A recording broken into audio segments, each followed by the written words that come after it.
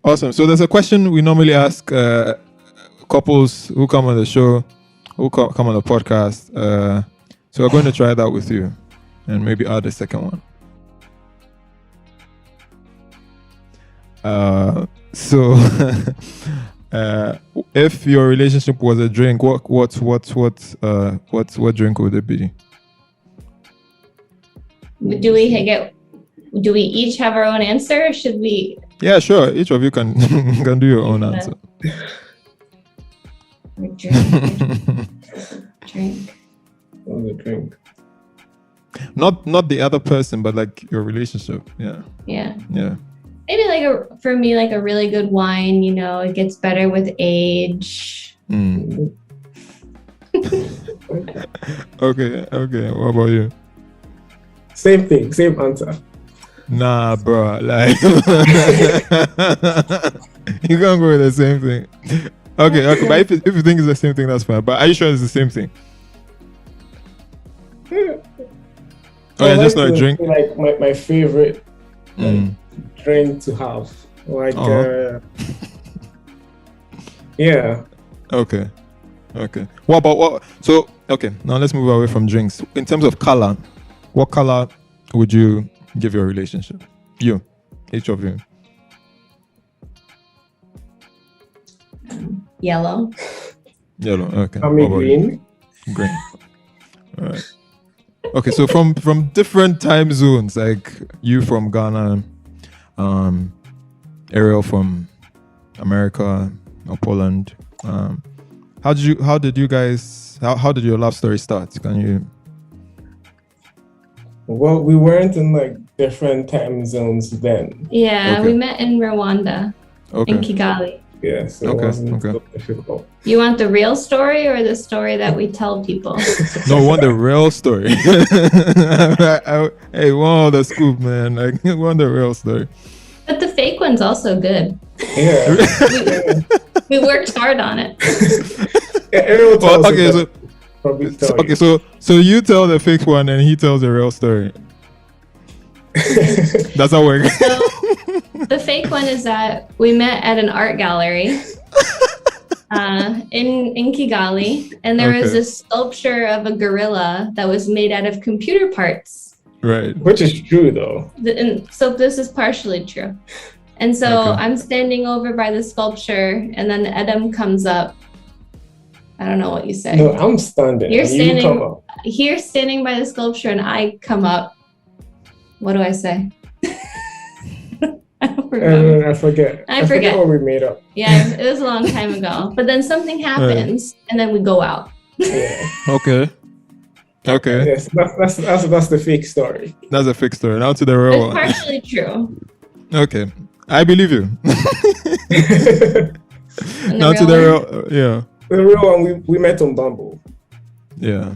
Okay. Yeah, it's a dating app for people who don't know. Yeah. Yeah. I'm aware. Yeah. Just swipe right. Oh, that's an interesting one. So, you finish the story, and I'll come back to that one. So that's Okay. So it was my first match ever on any dating application. I only swiped right on Adam. That's it. No one else. Oh, interesting. Because in this case, for viewers who don't know, this app is based on the woman's preference, not the man. So she had to swipe right for it to happen. So, yeah. Correct. So, yeah. So then he messaged me, and we were talking about like superpowers, like what superpower would we have, and mine was mind control and his was time control. Okay. And then like he asked, do you fancy dinner? Oh, direct. Ooh. In that exact way, just fancy. You fancy dinner. Okay, and I was like, yeah, Tuesday, let's go. Yeah, so we went for Taco Tuesdays in a movie. Yeah. Okay. How's love in Rwanda like? Because I mean, it wasn't home to both of you, mind you. So how did you process that? Your relationship I like living there. It's a nice place to live. It's a calm lifestyle. You have to get used to every new location. Like, how do things work? How do you find certain things that, make you feel comfortable? But I think we eventually did that. Right. And yeah, it was nice and hot. Okay. Cool. I think the pace of Rwanda was like good for my temperament. So I was like, I felt very at home and I could like easily like be myself, I think. Mm-hmm. Yeah. So I think so it just created a nice little environment for both of us. Cool. Like start things off, yeah. Mm-hmm. So it's perfect for how things develop. Do you think it's a contributing factor? Yeah, to an extent, yes. We won't know for sure, but yeah. I would like to say to an extent. We can't like rule it out. Yeah. So when you met each other, like after the or prior to meeting each other in person, did you see color the first time you decided to go at it? Like, did you see? Was that the first thing? This is an honest. I need an honest answer. Did you see color immediately? You still see color? Yeah. Okay. I mean, like, that's something you can't not see. I think it's important to acknowledge the fact that we are different. Yeah. Okay. Yeah, okay.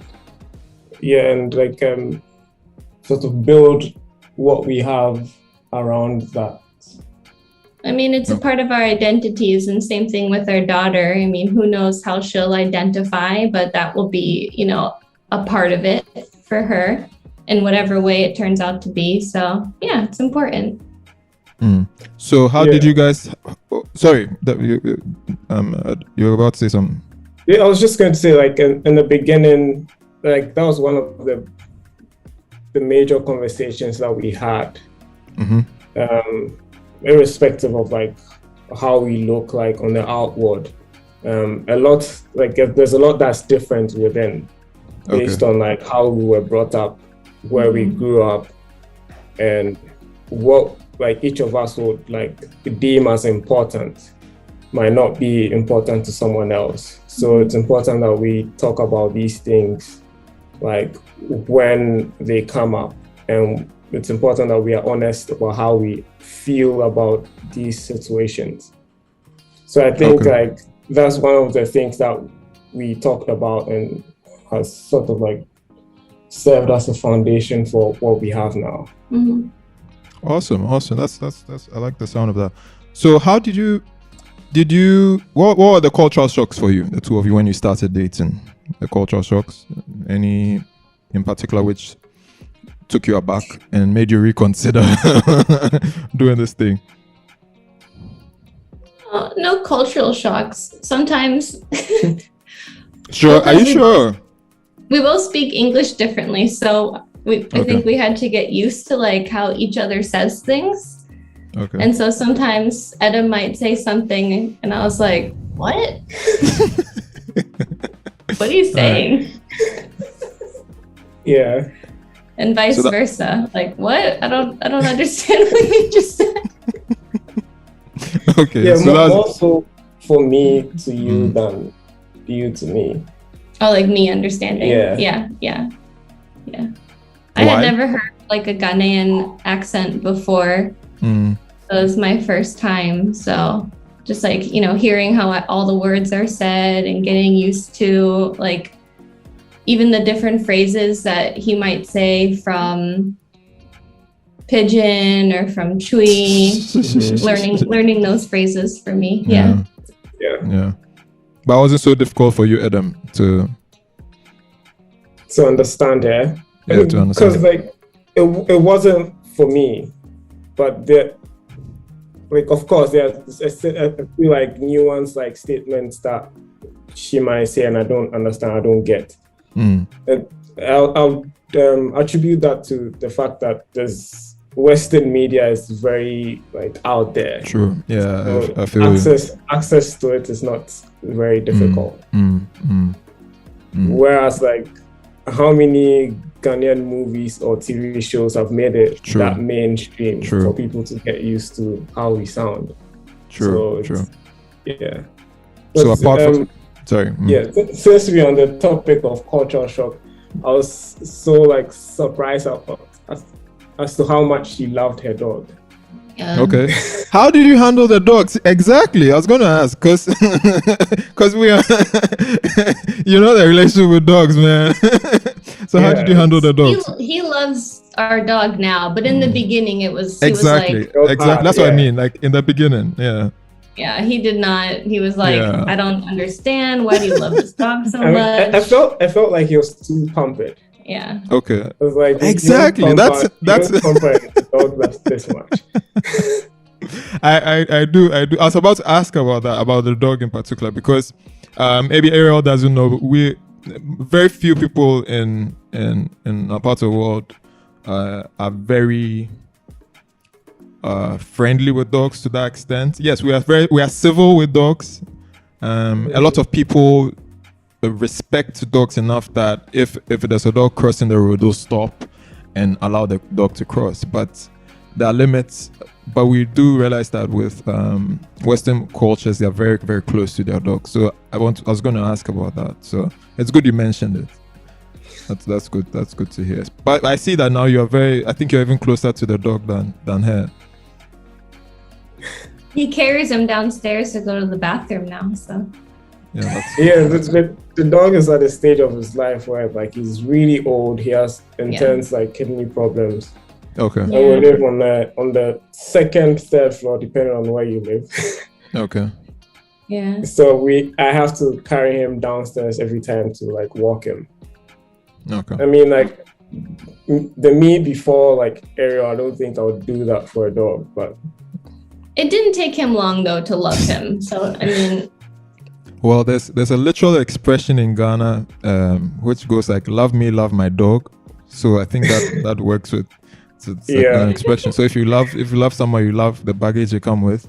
So in your case, it's literal, like "love me, love my dog."